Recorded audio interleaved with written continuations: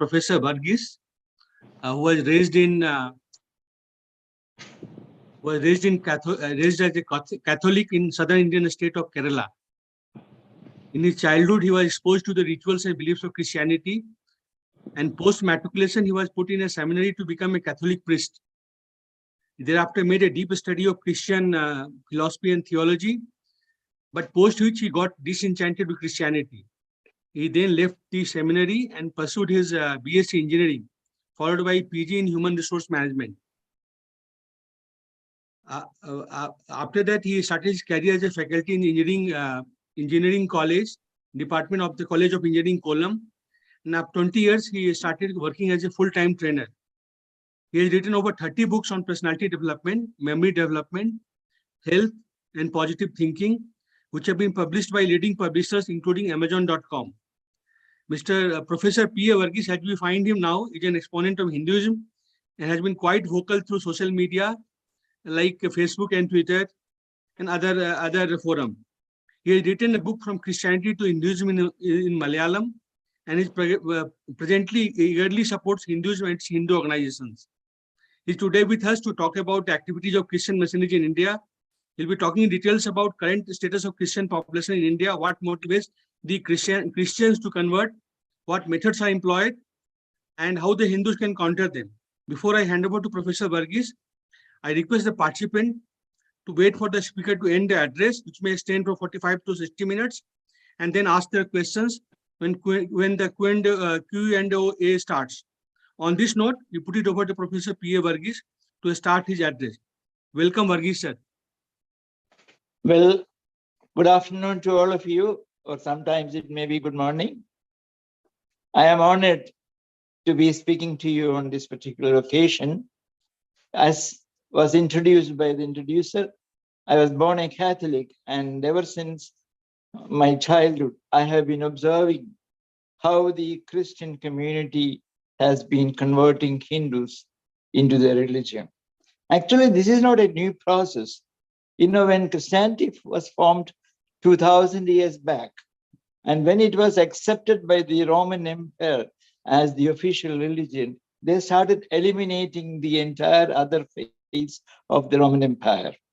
Later on, they had wars with Islam, and they were simultaneously converting people by preaching to them, by coercion, by force, by any method. And simultaneously, one of the disciples of Jesus Christ, Saint Thomas, arrived in India perhaps in AD 52 or 53, and he started converting the local people into Christianity. And now we find these people as Syrian, Christians of Kerala. And also, Islam also doing the same sort of conversion in their own way. Islam conquered the Middle East, North Africa, Spain, and they converted everybody into Islam. You know, the traders of Saudi Arabia, Egypt, and Middle East came down to Malabar, and they converted Muslims. So conversion has been going on ever since these two militant religions have been formed. But then the real impetus or momentum for conversion, began with the arrival of the Portuguese in India. And then, at that time, there was Inquisition codes, the codes for, let's say, persecuting infidels or people who did not believe whatever the Catholic Church believed. So these Inquisition codes were persecuting them and making them into Christianity. With the arrival of Francis Xavier, which you must have heard about, the conversion process took a much bigger momentum. He went around, preached to the people, ordinary people on the seashores or on the shoreline, and thousands and lakhs of people from Goa down to Kanyakumari were converted into Christians. We can see these Christians now as, let's say, Latin Catholics of Kerala, Latin dioceses, and in Goa, and in the space in between. So we find later on, Dutch came, French came, then at last the English came. All of them, felt that they were really ordained by God to make other followers of other faiths into their religion. And they all did convert in their own way, the Dutch, the French, and also English at last. When the English finally came to rule India, it was their policy to look upon Hinduism as barbaric, as not developed, idolaters, Hindus as idolaters, and things like that. But initially, the British people were more tolerant because they didn't want to antagonize the local community against them. But by, let us say, 1813, they changed that policy.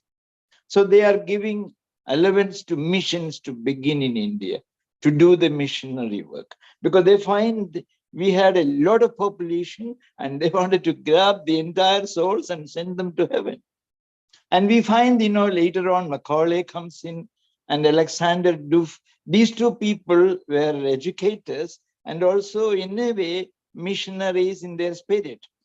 So they were, giving the impression that whatever Hinduism was teaching was foolish, was actually vain, wicked, and they considered, or they were giving the impression of the religion as, let's say, barbaric, idolaters, people who worshipped snakes, monkeys, elephants, as, degrading the entire thing. But at the same time, these guys did not, did not forget to mention about their living God, Jesus. And they also, let's say, taught to the people that you have salvation with the living God. All that you need to do is just repent for your sins, get baptized, and then you go to heaven. And then millions, get into that. And millions are not getting simply by their preaching. They were in a way highly organized, because towards the end of the, let's say, their rule in India, more and more missions come in, Catholic missions, Protestant missions, you have Baptist missions. All of them were highly organized and they had a lot of wealth with them. So what do? They will be building educational institutions. They build hospitals. And in the educational institutions, they teach whoever who come there with a, let's say, an influence of Christianity. And they treat the people in the hospitals. Of course, there will be a little bit of influence of their religion in all of these deeds. But in their schools and colleges, we need to find out something. They always let the students go through the Catholic rituals, Catholic prayers, the Christian prayers, Christian rituals. They introduce Bible, they introduce Jesus. So, and they, at the same time, they did not forget to denigrate, to degrade Hinduism. They could easily say that your gods are, not good gods, they are snakes, they are elephant-headed things, but we have a living God with the flesh and blood. We have Jesus, and you have salvation. They could easily preach to them that, passport to heaven is so very easy. You repent for your sins, get baptized, and then you are given passport. Whereas in Hinduism, we don't have that sort of a, so clear-cut concepts about going to heaven. Hinduism is a much more, deep religion, a highly philosophized religion, which they could not understand. But they always pictured it as so bad. And every trouble that Hindus face for their poverty, because they were addressing the poor people. So the poor people were told, your poverty is because of your religion. And you are believing in a nonsense, in a wicked, a foolish thing, whereas you have here such a beautiful thing. And they will build, a church, call these people, preach to them, give freebies. And after a number of weeks, these people begin to think, especially they were targeting, the less privileged, the lower caste, the poor. And they will always say, your religion has been the root cause of your suffering. Your religion has been the root cause of your socially low status. But here is something great for you. And naturally, these poor people were attracted to to their teachings or to their coercion. And they also will be giving some money or whatever. And they convert. Conversions, began in multitudes of people became Christians. And once they became Christians, with whatever, money they were given, These Christians began to feel, oh, they are the greatest, religious people. Their beliefs are the best. Because all the other religious beliefs, like Hindus or like that of other faiths, they were always, looked down upon by these Christians. So once they became Christians, they brought their relatives, they brought their acquaintances into the religion, so the religion grows. So we find by the end of, let's say, British rule, most of the Christians they wanted to bring in had already become a large percentage.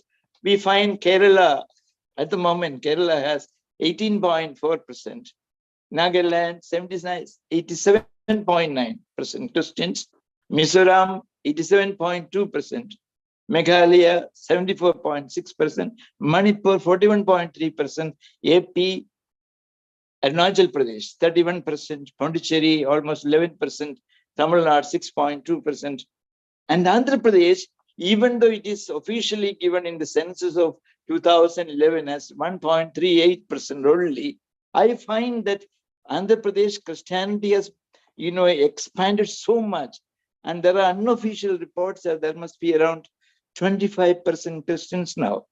You see, YSR, the present Chief Minister Jagmohan Reddy, is also reportedly Christian. So in Andhra, we find Christianity exploding. And if you find the total of India, as per the 2011 census, it was only 2.3%, which I do not believe. I do think that Christianity in India today will be around, let's say, 3 to 3.5%. Or in, let's say, in numerical terms, it will be 4.2 to 5 crores of Indians are already Christians. And now, at the present rate of conversion, which according to certain VHP leaders is 8 lakhs Hindus becoming Christians and Muslims, the time is not far when Christianity gets a much bigger foothold in India. It is time for us to think, let's say, why do these Christians come and convert the Hindus? Why do they do that? They do it basically because they believe that their God, Jesus, have admonished them, wants them to bring every people in the world to Christianity. Before he ascended to heaven, that's as per their belief, this particular gentleman seemed to have told his followers, go forward to every nook and corner of the world and bring the souls to me. So that is what they are doing. They feel they are doing a service to God. Secondly, they feel religions like Hinduism, as we told earlier, are lowly status. They are foolish, they are vain, wicked, whatever, barbaric. They are full of idolatry. They are, having superstitions. But whereas they believe that they have a religion which is founded on a real rock. They have a God in flesh and blood. But at the same time, I do feel these guys who are believing that they have a God in flesh and blood do not understand that Jesus is a mythical figure, fashioned after the then goddess Osiris, Horus, Mithra, and Dionysus. There is no historical or archaeological evidence to prove that Jesus even lived. They don't know that. But most of the, let's say, advanced nations, people of the advanced nations have come to realize that. But these missionaries who come to India, they do not know that Jesus was not a historical person. He did not even live. This God is a mythical God, just like any other mythical God. And their religion is mythical. Even they do not know that Yahweh, the super God of Christianity, was simply, a tribal deity of the Jews. He was a tribal god in the Middle Eastern region, tribal god of, let's say, war, tribal god of, mountains. And he somewhere or other migrated to Middle East and became the god of the Jews. So none of their gods have got any background, any significance, any real, let's say, there is no reality behind them. But when they come and when they, let's say, convert people, this is what they tell the Hindus, that your beliefs are dirty. You have no God, you have thousands of God, your beliefs are simply superstitious, you are idolaters, you are, worshipping this person, this elephant, this snake, whereas they don't realize that their God is simply mythical. Anyway, so that is another reason that they convert. Now, at this time, we must understand, why do they come to convert Hindus? Why don't they go and convert Muslims? That's not possible. Why don't they go and convert other strong religions? The reason is, Hindu spiritualism is peaceful. They look upon every single religion in the world with equanimity, with respect. They respect everything. They do not want to go and, let's say, conquer nations or areas and bring people to Hinduism. They are a peaceful nature, they are spiritual in nature. And also the Christians, when they are trying to convert people, they tell them, see, we are giving you tickets to heaven. And conversion process is very simple. All that you need to do is, get, little bit of water poured on your head with the mantra, in the name of the Father and of the Son and of the Holy Spirit, I baptize you.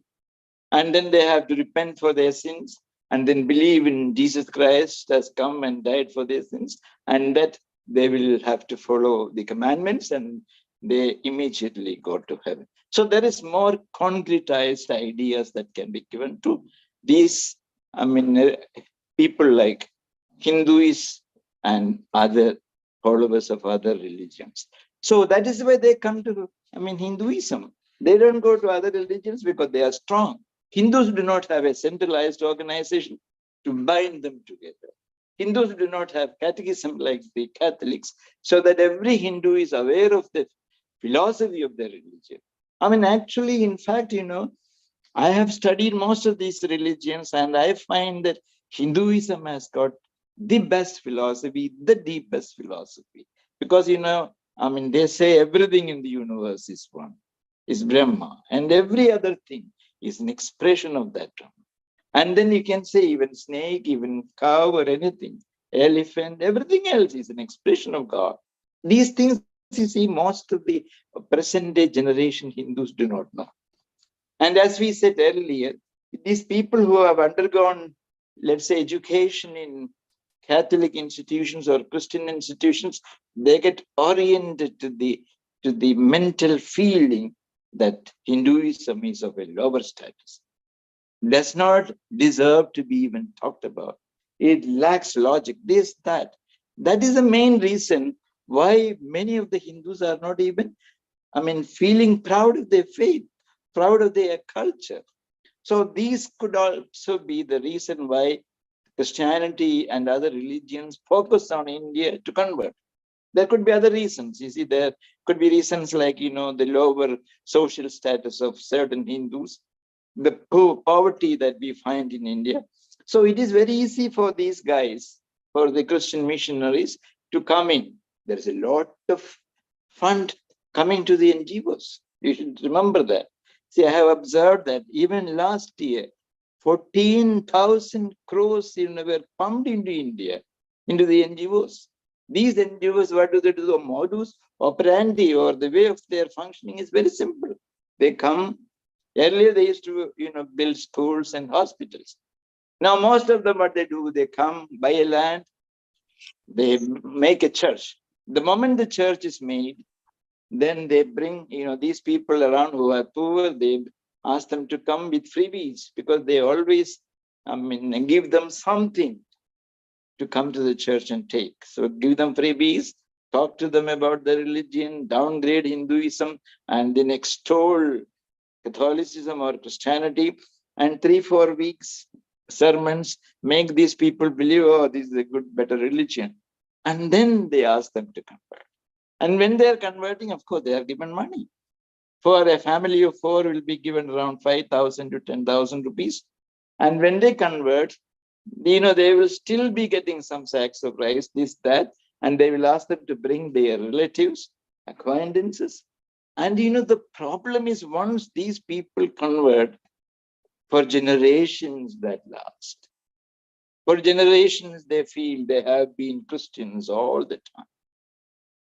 So they get, solidified in harder rock-like things in Christianity, and they forget their past.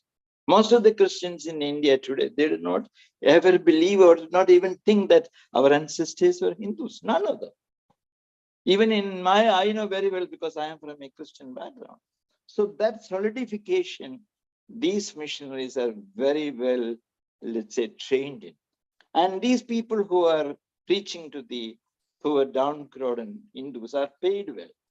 If there is a good preacher, a good speaker, or if there's a good, singer who can formulate songs, tune them, and sing to these people, they will be paid more. And even upper caste, if they are able to come, they will be paid more. So how to counter these, conversion process? We can counter them in a few ways. One, we need to educate our youth. We need to make them proud of the religion. This can happen only by proper education, proper seminars, classes, because Hinduism does not have catechism classes, as I mentioned. You need to have an organized structure. Maybe a temple is there. All the other Hindus of the area could be brought to the temple once in a week or something like that. And then given them, classes, not simply dry classes. This could be mixed with some activities, some, modern day activities, let's say dance or whatever that is attracting the youth, and make them convinced and make them proud of the religion. Two, we need to bring, the center has already taken measures to ban proselytization. 9 states in India, including Gujarat, Himachal Pradesh, there are 9 states which have already put laws against conversion. So there are 28 states. There are 8, union territories. All these, with the BJP in power, we need to see that there should be a legislation against conversion, at least against forcible conversion. And these missionaries who come into India should be very well screened. Their activities should be, let's say, really studied. And those missionaries who are coming in with the intention of converting, they should not be given visa. There are so many things which we can do. And more than that, Hindus needs to organize in some way so that there is a social cohesion. Without that social cohesion, without the belonging to a society, going away is very easy. But why, you see, Christians and Muslims, why they don't go to other religions? Mostly because there is a tremendous cohesion or a societal feeling which ties them to that group. We don't have it. So we need to have that. And we should also see that the poorest of the poor are upgraded. And the ill effects of caste system should be taken away. With all this, I am very much sure that the conversion process will slow down, and we do feel the population of Hindus will remain like that, and India will remain Hindu Rashtra for the years to come. Well, this is what I have in mind to convey with you today.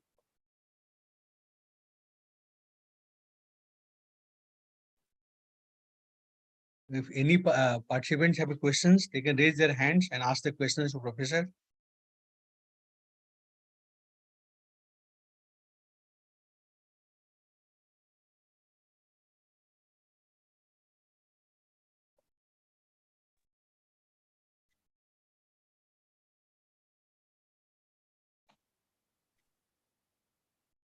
Hi, sir. My name is Paul. I have a quick question. Can you hear me? Yeah, I can hear you. Go ahead. Yeah, thank you so much for giving this overview. It was helpful, definitely, to start the discussion. Maybe a quick question about the last thing that you mentioned, that we need to be organized and be connected with each other to keep the status quo. Is there any experiment or something that you know about, maybe in India, that can be used as an example? Maybe how people can be connected via our mandirs or different activities. Any organization that is working on these aspects, maybe something that other people can benchmark? Well, you see, being a Catholic, I mean, let's say a person raised in Catholicism, I have seen how Catholics bind the people into a social cohesion. See, they have got every Sunday or once in every week, they compulsorily attend the church. Compulsorily, once in a week, they have catechism. Compulsorily, the priest of the particular parish visits the parishioners so that they feel they belong there. And for every single, let's say, activity of the Catholic, the church is connected from the process of birth to, let's say, even when the child is around 10, 12 years, he goes for a communion, then he goes for marriage to the church. Everything, every single sacrament or a important event happening in the church is always connected to the church. But then in Hinduism, is being a very personal religion, we are not finding anything of that sort. See, a Hindu can go to the temple or need not go to the temple. A Hindu need not read Vedas or Upanishads. He need not, let's say, profess himself into the knowledge of Hinduism. I mean, there is no external force or external stimuli to make these people upgraded or rooted into the religion. Now, if you ask me whether there is any organization or whether there is any group which is doing or trying to do it like that, I have been associated with, let's say, EHP for some time. And I have been taken to, let's say, groups of, Hindu youth, and I have talked to them. And I have seen a number of activities being done there. To that sort of a thing, definitely brings in a social cohesion. But when we take overall, generally, Hindus are personal beings. Are you with me? They're personal. So unless, organizations like VHP or Bajrang Dal, I do not know exactly what they are doing. Unless there are, organizations entirely devoted to see that this social cohesiveness is brought through certain activities. What you are envisaging may not become a reality. If you ask me if there is any suggestion for that, what I can suggest to you is, there can be, let's say, meetings of youth, seminars for youth, Hindu youth, in important locations of every state, where, let's say, there are competitions on Gita or on Vedas or on Upanishads, their knowledge. And in these competitions, there can be given prizes, or best people could be brought.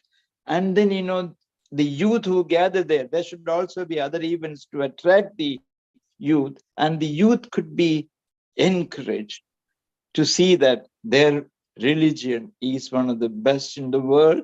And in my experience, that is, Hinduism is most compatible with the modern science. So we need to disseminate these ideas into the Hindu society.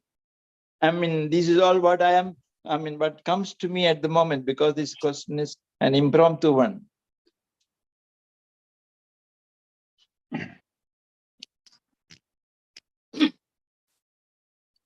Namaste, Varghese ji. This is next is Manoj. Then you can ask Madhuri. Okay. Namaste, Varghese ji. Yes. Yeah, so I was saying like chat was disabled. So like I heard that there can be like efforts at the government level, like in terms of like taking care of the NGOs and what is happening at the individual level. Like I understood that in family, like we are more aware and more conscious. So we are like ensuring that our children are aware of Gita, Shlokas, Ramayana, Mahabharata, and I myself following some rituals in the morning and evening by lighting. So they see me doing it, so they will catch it sooner or later. At more than this, like what more can be done at individual level to impact? Because I think that will bring major change. gone through your CV, like you were like 20 years you were teaching, and then how since last 22 years you have been consistently like spreading this knowledge. So at individual level, what more efforts can be done? That was my aim. Like I'm staying in a big colony where there are 150 families. And today, like I'm trying to send a message to them that today is a Gita Jayanti. At least some families will come to know, and then like that should. And then whoever like meets me in the colony, so I'll tell them like what is the significance of Gita Jayanti. At least some students or kids will catch it up. So what more can be done at the individual level to propagate it? Because I think that will bring major change. And about more organization, I think I found one agniveer.com. I was about to share that in chat, but chat was okay. It is there. So they are also doing good work. Apart from VHC, Bajrangal, there are many, but I found that this organization is also doing. And the person who is heading is the IIT IIM guy. So like that drawn me toward him because he must be having some valid logical reasons. And the way they are doing or like systematically, and I'm not much into them, but yes, I keep referring such organizations which you are doing. So I just shared that chat. You can explore more about it. So what more can be done at the individual level to spread it? Apart from small donation to such organizations, I like feel like spreading it to my village people, but then still they are not aware and they are still into that you are like, okay, this government, but which is not so at all. Now, I know like what damage has been done in last so many years, but it is every act is going to like take it toward to the thing, like the thing that our scriptures are not taught at school level. Even the prayer which used to happen in KVs is stopped. And in my kids' school, there is no prayer in the morning. Like our time, there used to be a prayer, some slokas, some, but those are stopped. I'm staying in Mumbai, but I see schools are not doing that. Now, I don't know, like they are doing it to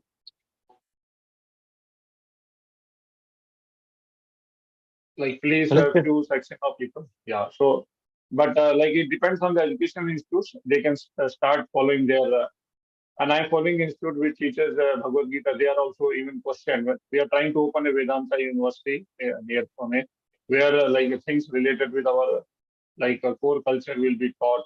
So like we raise some funds for that. We are into that. Like sooner, like we will be hearing like when the land is taken and then things are being done in that direction. So at individual level, I was thinking like if more can be known, what more can be done, so like people get impacted. Thank you for the question. Thank you very much. You see, at the individual level, what can be done is a very apt, concept which we should think about. Mainly what I feel is in a city like Mumbai, why individual level, why Hinduism is not flourishing, or why our youth or our elders or even children are not very much, let's say, proud of the religion is because they have all undergone a Christian education. So in any Christian education, they, subconsciously or unconsciously go through the drills or rituals of Christianity, and they imbibe that a religion like Christianity is far more better than a religion like Hinduism. So, first of all, I have been thinking about it, but then in a forum like this, I didn't want to express that openly. I would very much appreciate that children of, let's say, children of Hindu families should definitely go into schools and colleges where a Hindu culture prevails. And if that is not happening, these children, are, as I told you, led into a concept that this is a degraded religion. So that is the first step to be done. So we should have more institutions where Hindu culture is promoted and is inculcated. And without that, in the present level, in cities, especially in cities like Mumbai, children and youth will be more attracted to, more, let's say, religions which are considered to be better, cultures which are considered to be more modern. How many families, for example, in India, really inculcate in their children that your ways of life and your religion is better? How many of them you may have done that? A few of the people whom you know may have taught them Gita, may have taught them, introduced them into This philosophy of Hinduism is so deep. It really requires real effort for the youngsters to understand that. If you look at Catholicism or Christianity or Islam, they take years and years to groom children into this, into their, thought patterns or into their beliefs. They don't have any great philosophy as Hindus have. Their philosophy is so shallow. They believe in a makeshift God. But whereas Hinduism has got something substance in that, how many Hindu parents take care to see that their children are brought up into that? So the first thing is it all begins as a nuclei in the family. And then two, the parents should show it by example. How many parents, for example, follow the Hindu traditions? How many of them are proud of their culture?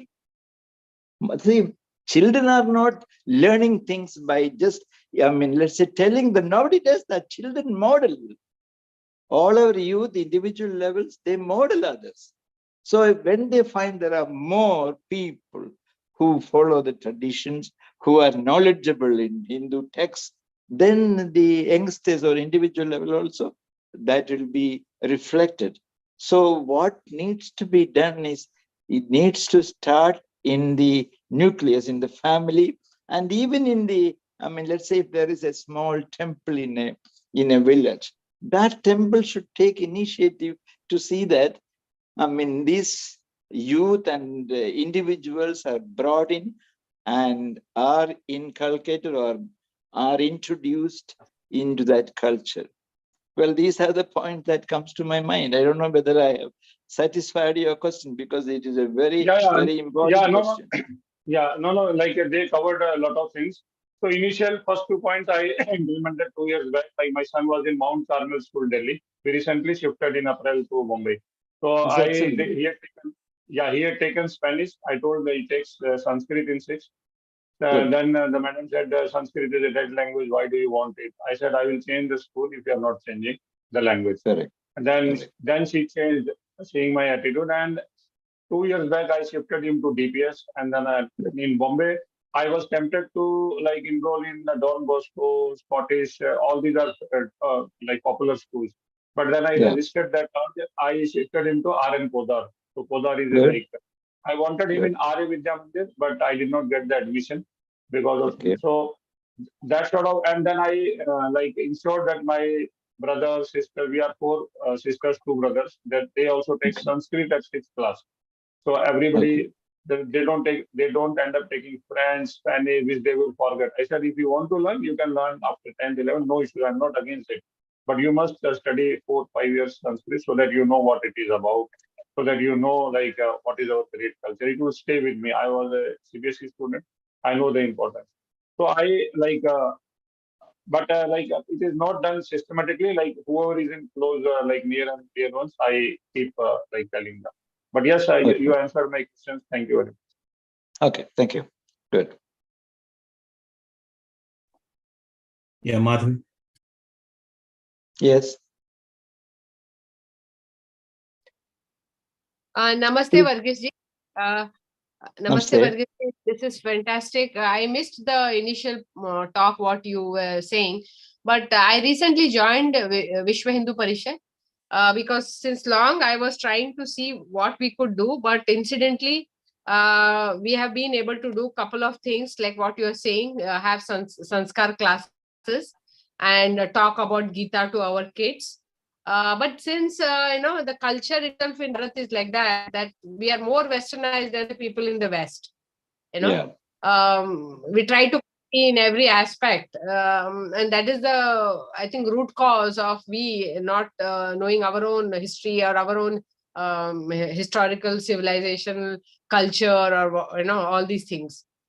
So, but the issue what I find here is in the labor class community, there's a rapid conversion going on. So what could we do there, I mean, it is not the educated people who get converted. India has a lot of, I think there's a big chunk of their population is in labor class, so I mean, how could we stop that? It is not the educated, affluent people getting converted. It is the labor class which is getting converted. Well, I should thank you very much for your question. I do feel, of course, I agree with you that the labor and less educated, illiterate masses and the socially outcast people, they get more converted.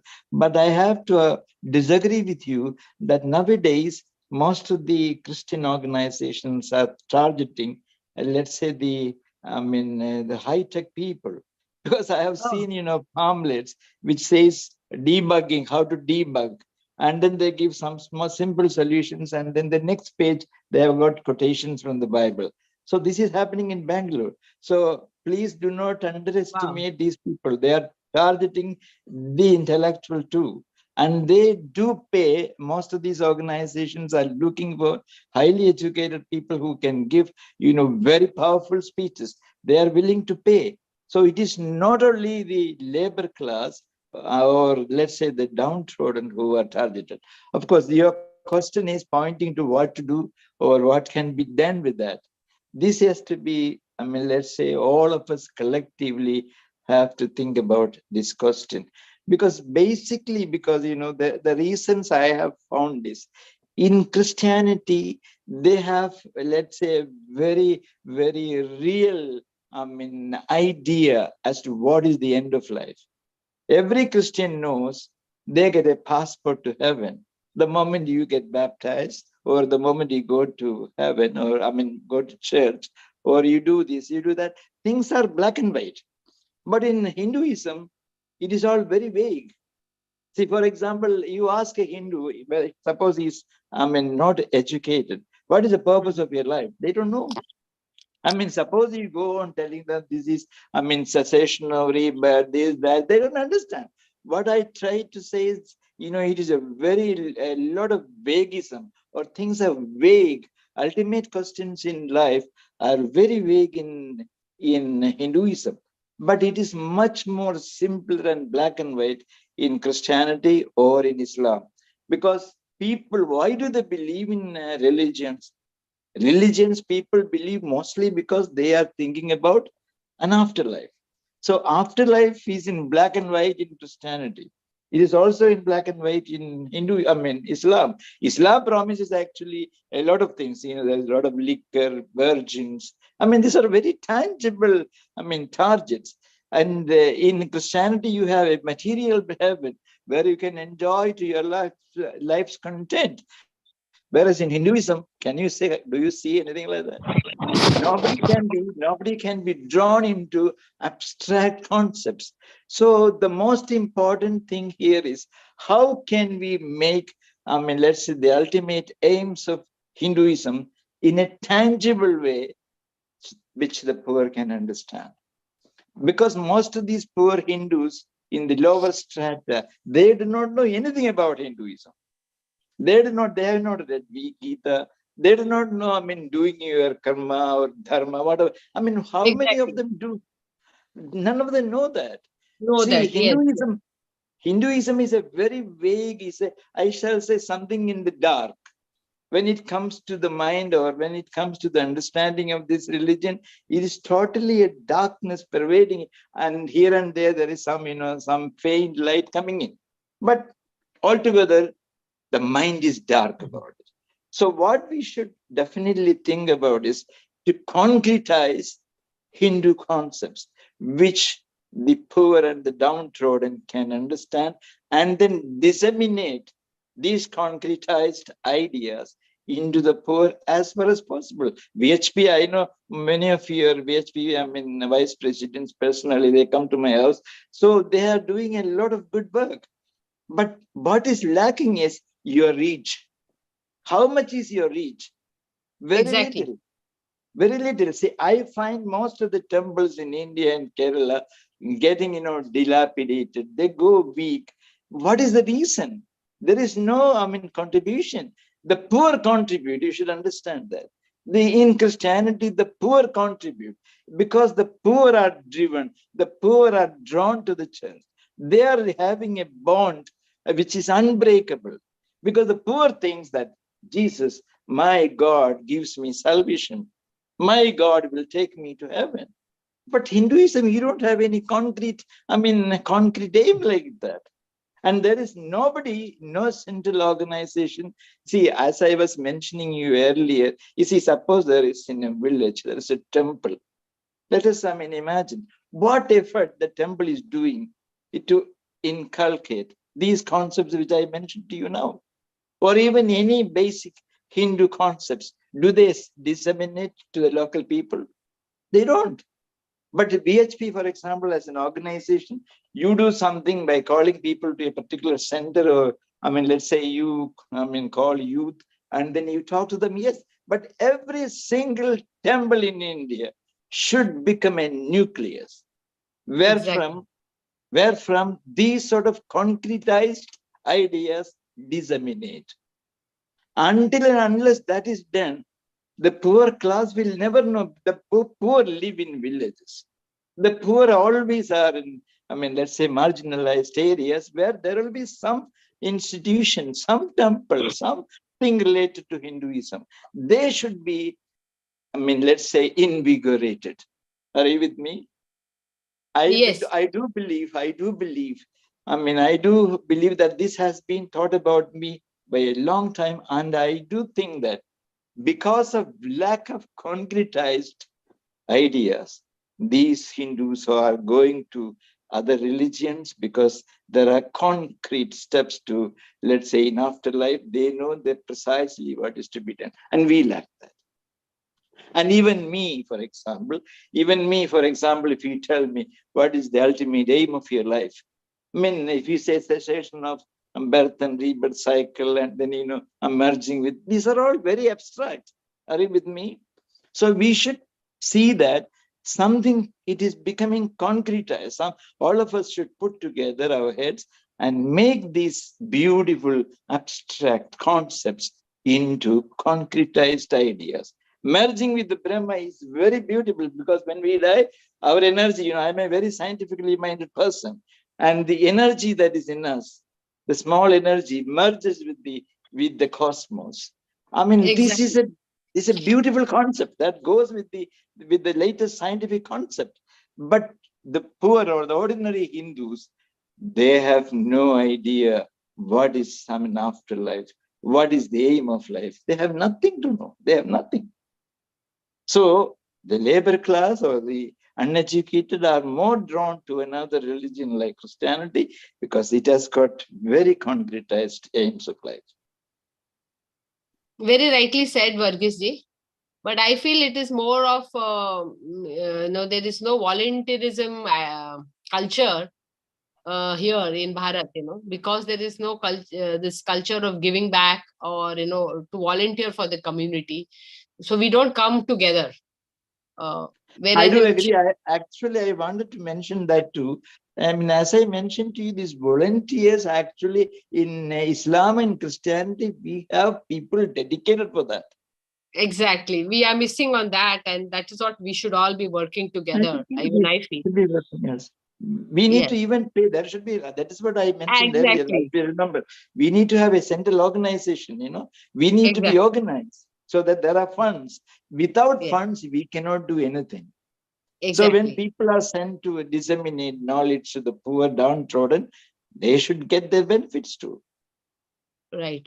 So is this organization, Global Hindu, was it created here in Bharat, or is this from US? I'm a little confused with this. I just logged in late. Well, you should ask organizers. Yeah, that's not an issue. We just provide a platform. Okay. Yeah. No other work. So who is the founder of this organization? Can we all maybe have your number? That's not very important. Let's move to the next question. You just come here, gain knowledge, and then you can do whatever you like. Okay. Here I want to add something. What Professor talked about, lack of concrete ideas. I think it is there's in millions and millions in our Puranas and Ramayana and Mahabharata. There is a clear path for people from birth to heaven. And as regards charity also, that is taken as the biggest form of good behavior for the human being. all in the Puranas or in the Ramayana and Mahabharata. It has been reiterated multiple times. And for as far as the voluntary work for the religion is concerned, it starts from even our vows in for marriage. It has a specific clause for setting up temples and spreading religion.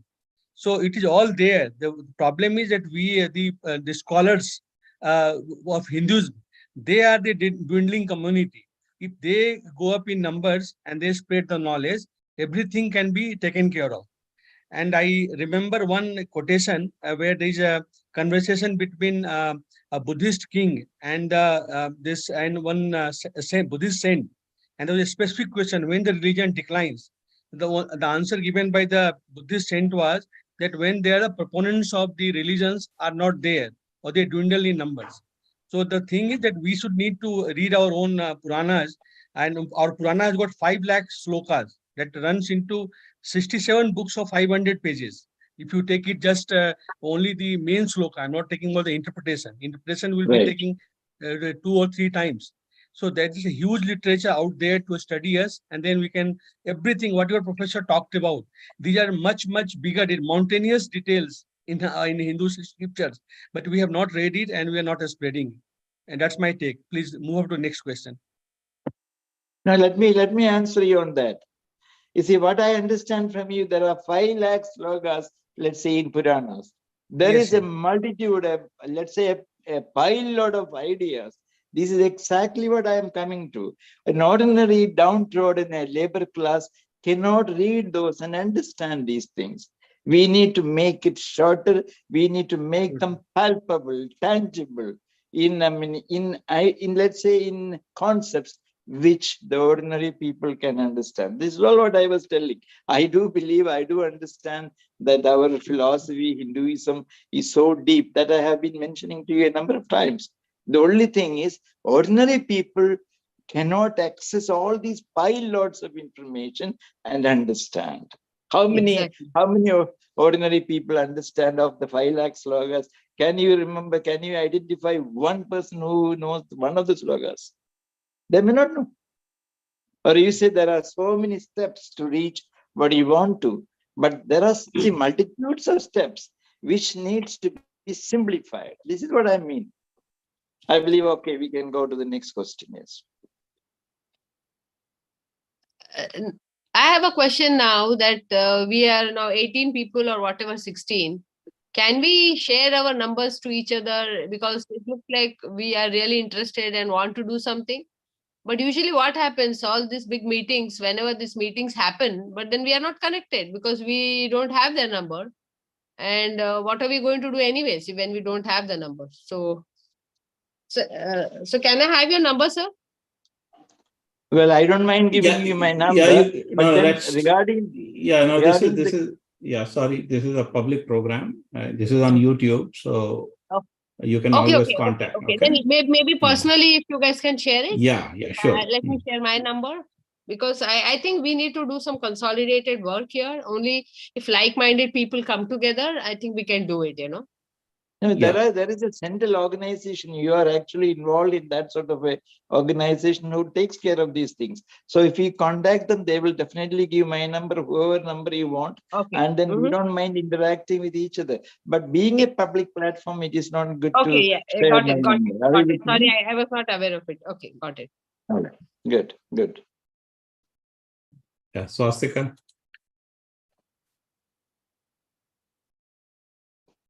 Yeah, hello. Namaste to everyone. Yeah, actually, this is Swastika, my daughter's name. I'm myself Aparna Malviya. I'm based in Mandi. So there are comments, many comments actually, more than comments, observations, and one question, sir. So since I stay in Mandi and I have to go to a lot of time, I have to travel to Chandigarh. Yeah. So, in between, in the en route, there are big hoardings, huge hoardings. I mean, they might be covering, I guess, acres of land. And it was some by some pastor, and it's in between Punjab and Himachal Pradesh. So I also know, I mean, I have not grassroots experience, but through words of mouth, that this migration, there's a migration mafia, you know, and there's a huge kind of attraction towards going to Canada, Australia, and things like that.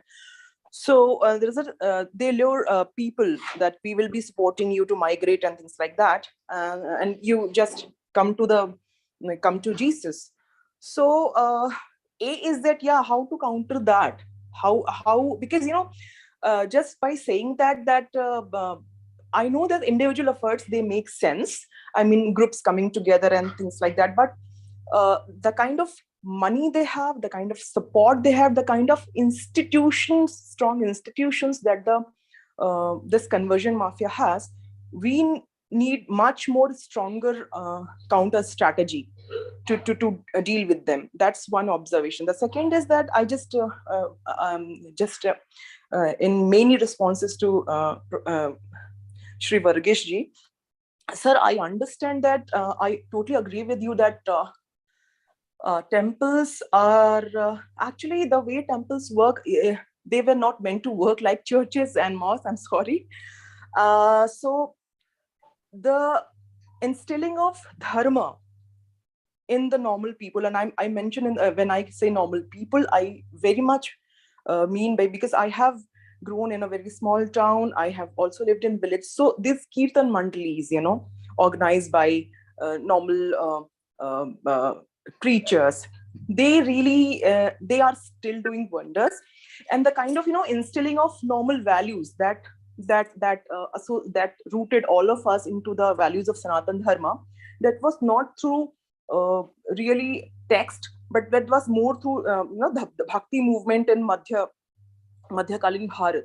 So that it was not it was just an well-intentioned, but not a strategy, but kind of, you know, just a very natural kind of association with Ishwar that brought together, you know, because I have memories of very fond memories of listening to these kirtans, and how normal people across caste boundaries, they come together. Yeah, that is kind of lessening. But the other thing that I am observing, I'm not saying that many of the gurus are all of like that. There's all. So what I have felt that although I agree that many of the gurus who have emerged in the past, say 2 decades or 3 decades, not all, but many of them, they have been accused of involving in bad activities. But having said that, what I feel that the gurus have also kind of, you know, indirectly countered, and probably that's why that was the reason that they were attacked to be, you know, involving in bad activities. That's also because what I felt that, okay, I might not be following that guru.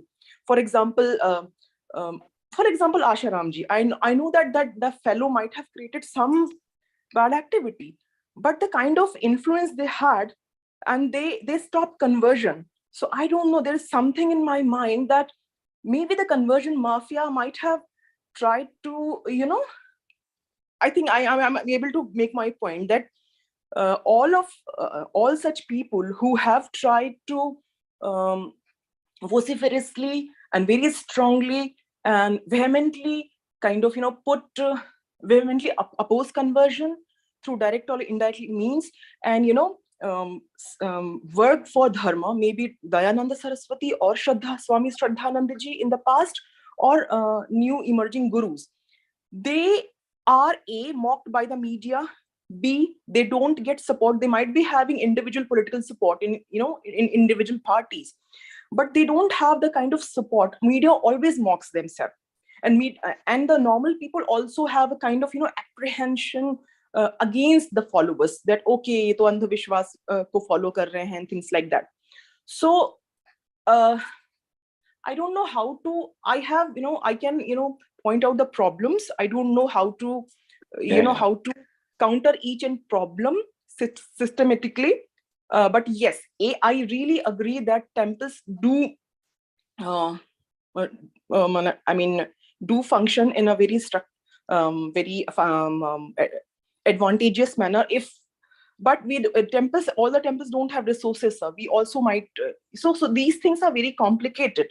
So we have to list all the problems whatever we are having in terms Yeah. of institutional problems and problems at the legal level problems, because we don't have kind of support.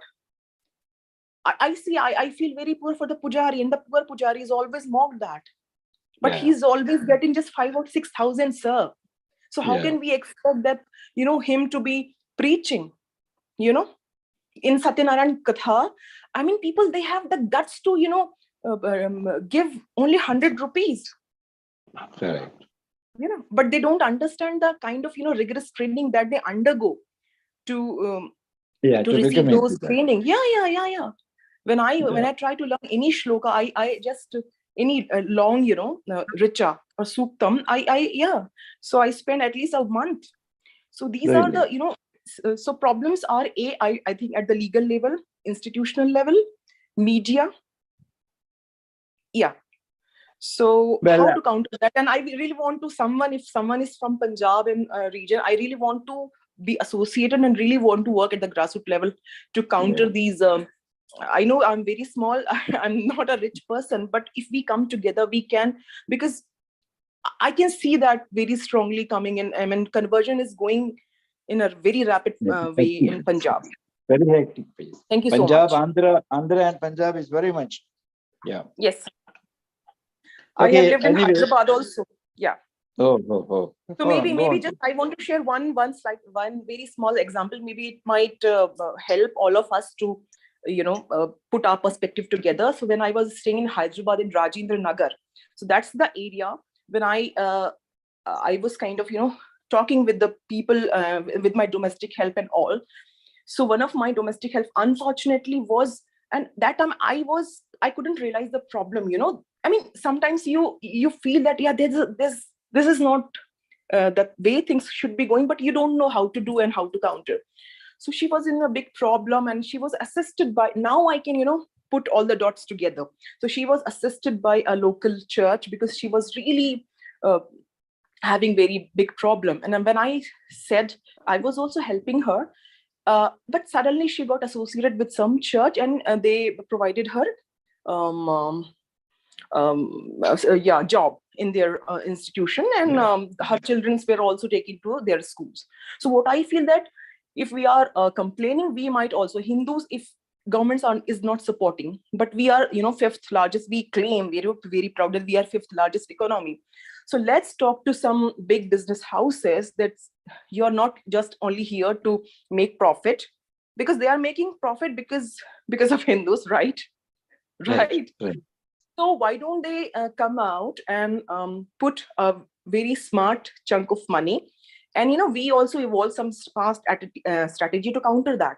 Because when in Rajendra Nagar, what I saw, there was also a small temple, and they organized what we say here in Langar.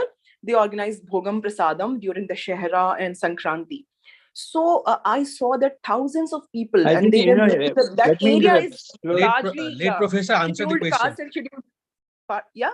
Yeah, because you are asking so many questions, I am unable to remember each question. So Punjab, Suppose you can can ask me one question by Punjab, one sir? question.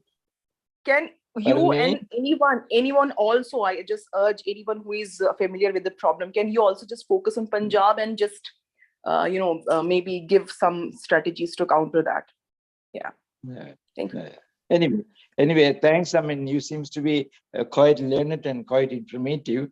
I mean, there are certain points which I, let's say, noticed in what you asked me. One, of course, I know that temples are not like churches. What I mean is temples should become in some way centers of dissemination of Hindu knowledge and Hindu philosophy. And two, as you rightly said, the pujaris in the temples are not well paid. That is because the Hinduism lacks a central organization. It's not organized. There is no contributions from any faithful to any temple or to any organization. So we lack, funds. How to generate funds? You see, any organization in the world thrives with funds. So we should definitely think about how to generate more funds so that each one of these small temples or small Hindu institutions can, let's say, expand their activities. And your concept that in India, for example, these gurus are mocked at, or let's say the media is having is against them. All these comes from, our old, let's say, political leaders. The first political, the first PM was actually of a different descent. He, never liked the Hindu ideas. He was totally, I cannot simply say that he was totally fully against, but he was biased. So, he formulated the Indian thinking in such a way that Hinduism is bad. Or his own, let us say, generations, for 2, 3, 4 generations, which came after him, all of them had that sort of a, bias towards Hinduism. And also the socialists, the communists who came in, they also did not have any liking towards Hinduism. So our intellectuals, our media, which is controlled by intellectuals, they are biased against Hinduism. So anyone who does some good, any guru who does some good, is not looked upon in the right light. You see, for example, one of the vice presidents of VHP was telling me that, can you find a single article in any media in India which supports Hinduism? No. In Kerala, for example, it is highly enlightened. Anything against Hinduism is what the entire TV does, the entire, press does. They are against it. But they do not say they are against any religion. They say they are secular. There's no meaning in that. So in Punjab, for example, I have been reading for a long time now that Punjab is becoming fast being converted into Christianity. And to be frank with you, I do not know as much as you do, what are the reasons for this? Are they, disenchanted with, let's say, Sikhism, or who convert to, Christianity in Punjab? You should be able to mention that to me. So my point here is, the entire, let's say, intellectual class or educated class in India have developed a bias against Hinduism. That includes your children, my children, all children. Even one of my children, let's say, they may have. I don't know. I'm not saying they have. So because of the context in which they grow, they're growing in Western context. They're growing in Christian context, where Hinduism is looked down upon. So here in our country, no intellectual feels that siding or supporting Hinduism is the right thing. I don't know what can be done about that, but that is a fact. Our intellectuals are not. If they find some reason, you see, for suppose there is a rape happening in India, I'm just mentioning this to you, maybe to console you. See, suppose there is a rape happening in India. If it is a rape remotely connected to a Hindu temple or a Hindu pujari, they will highlight it in the whole world. Suppose, for example, in India, there was one demolition of only one single mosque. And that one single mosque, earlier there was a temple there. The entire thing was blown up in the whole world media. You see, on the same day, I think it is good to remember, hundreds and thousands of temples were destroyed in neighboring countries. Did any one of our media report that? We are now, for example, we are in a country where Hindu supporting parties are ruling, but they are still more interested in, they are still, let's say, very, very kind or very good with the minority, because all politics. So how many, let's say, ruling party members actively support the Hindu concepts? This needs to be thought about, because, our minority are so solidified. See, for example, if the Muslims are 14, 15%, they act like a rock. So nobody can, no politician can ignore them. So what happens is Hindu ideas or Hindu future get sacrificed. So I do not know, to be frank with you, to answer your question in, Punjab situation, where Punjabis are getting converted into Christianity, I know in Andhra it is happening. And this should be properly studied. Without studying that, I cannot give you an answer, just, beating around the bush. There's no point in that. But I do know that your other questions are more simpler. Gurus get defamed, they get mocked, and then most of the media, intellectual media in India, are biased against Hindus. This needs to be changed.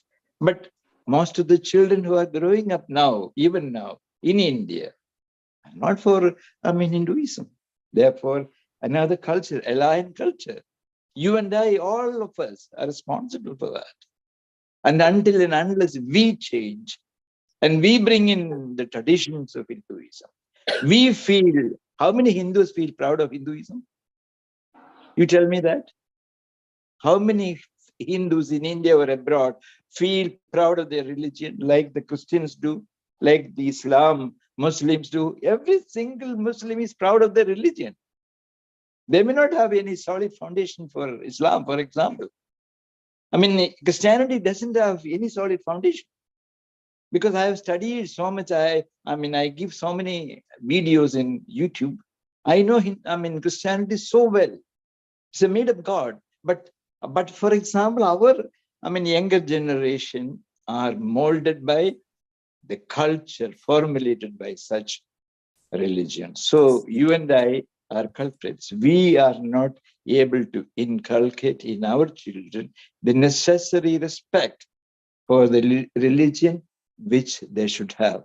That is what we need to do in order to change all these things which you mentioned. Let's go to the next question. Yeah, Devkanji. Namaste, Varghese. My name is Yes. Dev Roshan. I'm originally from Kerala, but currently I'm in the US. I live here for 2 decades. So I don't have a question, but I do want to comment about what you mentioned earlier about solidifying. Like one gentleman mentioned, we have 5 million slokas. So we have a program here in the US. We means I'm part of Hindu Swayamsevak, RSS or HSS in the US. Good. So we have a program. We put together a program to consolidate those 5 million slokas into 24 slides. Oh, excellent. Excellent. And this is a traveling exhibition. We can take it to anywhere in the US, to any home, house, office, church, synagogue, anywhere we can take it. And this is simple English meant for laymen. So in order to explain dharma and karma and all these abstract concepts like you mentioned, we have put this in a very simple English. So please reach out to me. I can, I can explain all the details later. So I just want to bring that point. And thanks for taking your time off and explaining all these things. Okay. I'm so pleased to you. Right.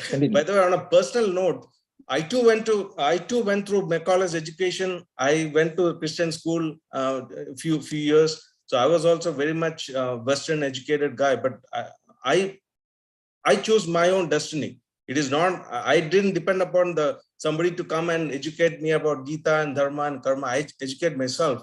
I studied the history. I studied the real history of the world. And I studied about my focus is evangelical terrorism and jihadism and all that stuff. I empowered myself, and I urge everybody to do, rather than for somebody to come and help yourself. Yeah, that's right.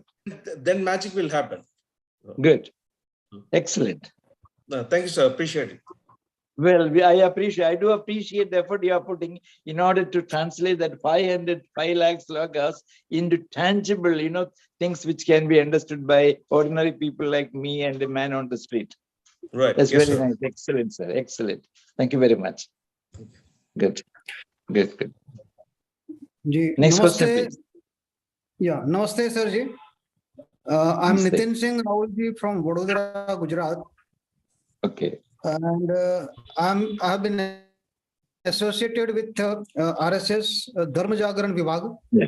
And I'm looking after the project of bringing back the Muslims and the converted back to Hinduism. We have several projects going on. they are basically caste based. And I'm looking after this Vadodara region, Vadodara district. So where we have primarily three castes. One is Rajput, then another is Dalit, and third is Patel, Patidars. In Rajputs, we have gone very long way because we have been working for last 12 years. Started this project because it is basically political and social problems. So we are going back to the history and then spreading awareness among them. So there is a very conducive environment now. A lot of people are coming back now, or at least they are registering the efforts by the Maulvis to make them more kattar, typical Muslim. So, but in Dalit, we face a lot of problems. So, yeah, another conversion is in tribals also, because we have at least 15% population of tribals in Gujarat. Right. So these are two major issues, communities which convert to Christianity. Right. In Dalits, we have found that one particular community, sub-community, basically, it is bunkers, we call in Hindi. In Gujarat, we call it wankers. And in English, it is weavers, basically. If you remember, before for a few centuries, 400 years or something, we were doing a lot of exports of garments, the clothes. Right. India was an exporter of.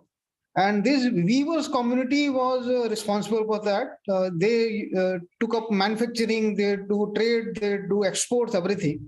But after arrival of British, they discriminated this community to support their production, to export their clothes into India and on money. They were discriminated to the extent that their hands were cut, their fingers were cut, they were taxed with very heavy taxes.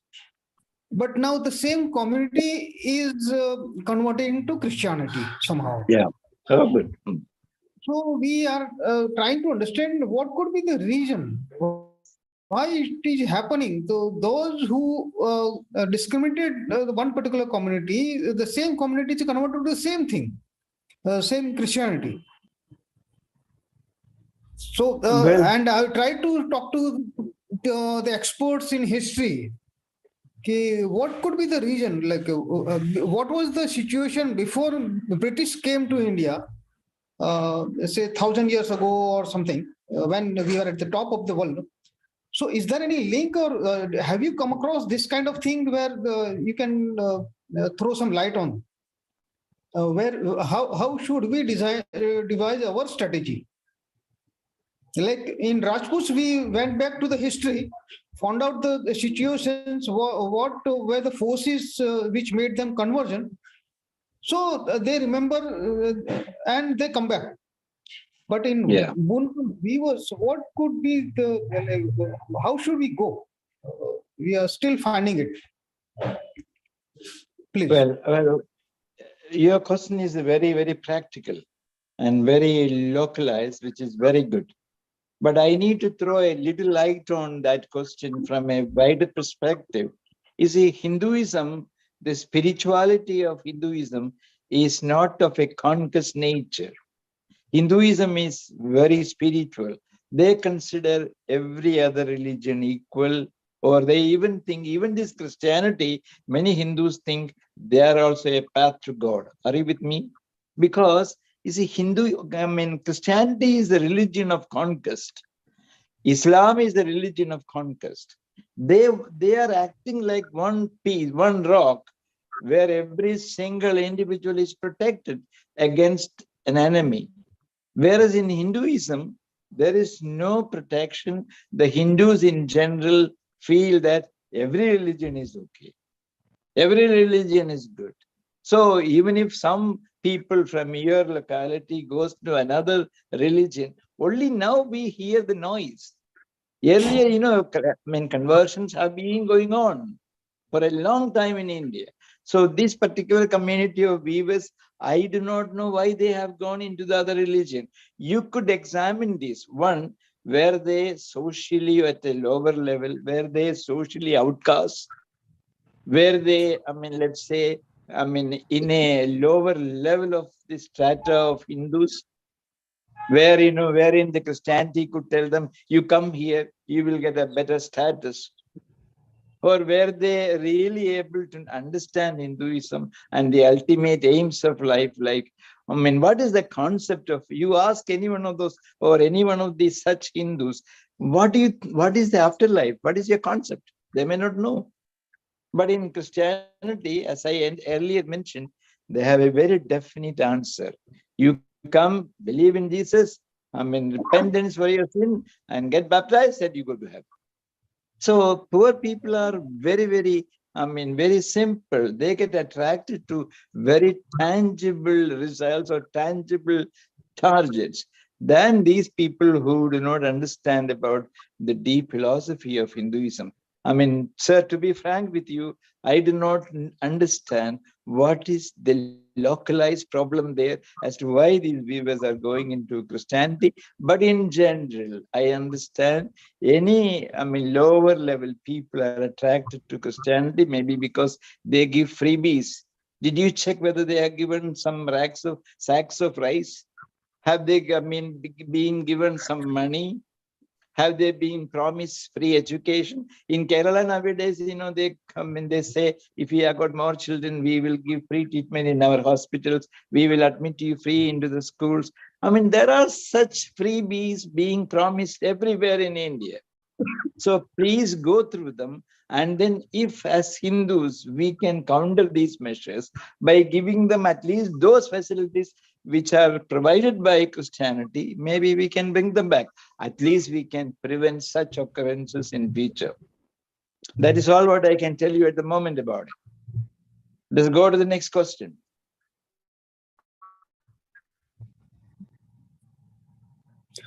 Yeah, I would just like to add something. Yeah, for the viewers, they are now in Gujarat, they are into scheduled caste. After independence, they are put into scheduled caste because they are economically, socially outcast. Economically very down. But if we consider 400 years back, before the British came, they were a very flourishing trading community, the business community. So, and now we see that there are a lot of scheduled caste tribes which are lower in social status than bunkers, the weavers. Sir, let me interrupt. They are not converting. See, I understand. Let me interrupt. During the British rule, you yourself have said, these weavers, they were stopped weaving because they made everything in Britain, and India became a market for them. So the weavers lost their job and they became paupers. And that could be the reason why these people are becoming so downtrodden, so poor, because British had a policy of making India their market. You know that very well. Go on. Yeah, true. So, see, if we try to find out some social reason, then why the ultra Dalit, those who are at the bottom of the social order, they are not converting. But these weavers who are they are on a higher side, on a higher level, they are converting. So there could be some social reason, maybe some cultural. Sir, let me interrupt again. Have you ever talked to a few people who got converted? Ask them, why did you convert? We need to have such database. Why these people? I think whoever who is listening to me, at least 5, let's say each individual who is listening, let them talk to 5 people who got converted to Christianity. Ask them, why did you convert? What was your motivation? Let us tabulate it down, and this particular organization perhaps can compile all this, and from there they can evolve a strategy as to how to prevent them. Are you not with me? You talk to these people, 5 people, 10 people, find out what they have to say. Until and unless we know what they have to say, we can only conjecture, which has no meaning. Yeah, true. I agree with you. See, there are 2 obvious reasons. Let us move to the next question, please. Yes, that's nice. One is social outcast. Please go ahead. Yeah, Next question, there please. are two reasons. One is a social. They are scheduled castes, so they are socially alienated. I think we have And- already discussed enough for this question. Let us move on Yes, to the next Let question, us, please. next question, please. Yeah. Professor Varghese, Yes. thank you so much for this opportunity. I just wanted to make 2 or 3 comments. It's not a question. Right. At the outset, you mentioned that there were 18% Christians in Kerala. Only 18%. But I have worked I'm a physician based in Pondicherry, and I have worked for many years in a key position in a big hospital, which is organized by the Syrian Christian community of Kerala. Okay. So I have visited Kerala many times, and I can safely say that Kerala is ruled by the Syrian Christian community out of Kottayam. Yeah. Whole of Cochin belongs to Kottayam. So I just want, apart from the other reasons, some of the factors that I have identified. One Okay. is the feeling of fellowship. They celebrate when they meet on Sundays in the church. They celebrate events like birthdays, anniversaries, etc. Secondly, they have control over all the educational institutions and the hospitals in Kerala, Right. Absolutely right. including the print media. Malayalam Manorama is run by Syrian Christians from Kottayam. Hmm. And the third thing is that this is something that we Hindus tend not to understand because we are so individualistic. We You're right. may go to temple or we may not go to temple, and there is no kind of an organized celebration of each other's lives. So this is a very simple point. Even in Punjab, speaking to what Swastika ji had raised, I know that the Christian Medical College in Ludhiana has played a very key role in spreading Christianity. Oh, They that's good. were a sanctuary for all those who were victims of the terrorism during the Khalistan movement. Right. And they did such a great service that they became an epicenter for conversion. Right. So these are just a couple of things. So it's not just the religion. At the human level, the celebration of each other is so important to create a sense of fellowship. Because if you have listened to me, sir, I was, very much emphasizing the cohesive factor of Christians. I did. They are, every single person is bound together. Yes. And that is what you highlighted. I'm very happy about that. I agree with you. And in my childhood, I also studied in a Catholic school, St. Gabriel's, and they used to have moral science class where they used to teach us Christianity. Exactly. And in the hospital where I worked, our director, they started a morning meeting, which became a prayer meeting. So somebody would come and recite something from the Bible. And just to balance it, they would call people like myself to also, say something from the scriptures. But that was just, just a kind of a cloak. Yeah. Okay. So these are subtle ways in which Christianity is pushed. That's good. Thank you so much. Okay. Thank you for highlighting the points. Yes. We thank Varghese sir and all the participants. Just to add some few points, I think I asked these questions to Esther Johnson, who is also an ex-Christian, that what should Hindus do to counter them. Her reply was, tit for tat, dirty your hands, follow the same strategy which they are employing. That can be the one way why we can counter them. And what I can see is the Christian missionaries, they are running like multi-level organization, MLM marketing schemes they are running, where people they convert, and after they convert more people, they are given an incentive. So there is a financial incentive in place. And I still remember, once I was traveling in a my grandfather was a monk, He was always used to travel ticketless, and he used to sit Right. on the ground, sit on the platform floor of the railway station or train when he was traveling. Because he was supposed to be very, very moderate in his living. Once I encountered a pastor in my AC compartment who was having the best of dresses, best of flask, best of food that he was having. Right. And really that struck me. So, and it's not like that, unlike this popular feeling that Hinduism doesn't allow you to do voluntary work. Right now I have a copy of Shiv Puran with me. In the there are any number of quotations which can be quoted, like the one famous quotation that is there, that that it says here in this 13 chapter, sloka number 72. It says that every person should divide his wealth in three parts: one for dharma, second part for growth, and third part for his own consumption.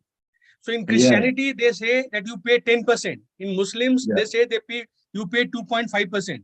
Here, they say you pay 1/3 of your wealth for the society or for the dharma.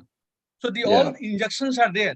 But the problem is that we are detached from our own sources, from our own scriptures. And you lack an organization. You lack an organization whereby you collect. Christian organizations are using all tricks which any modern sales organizations adopt.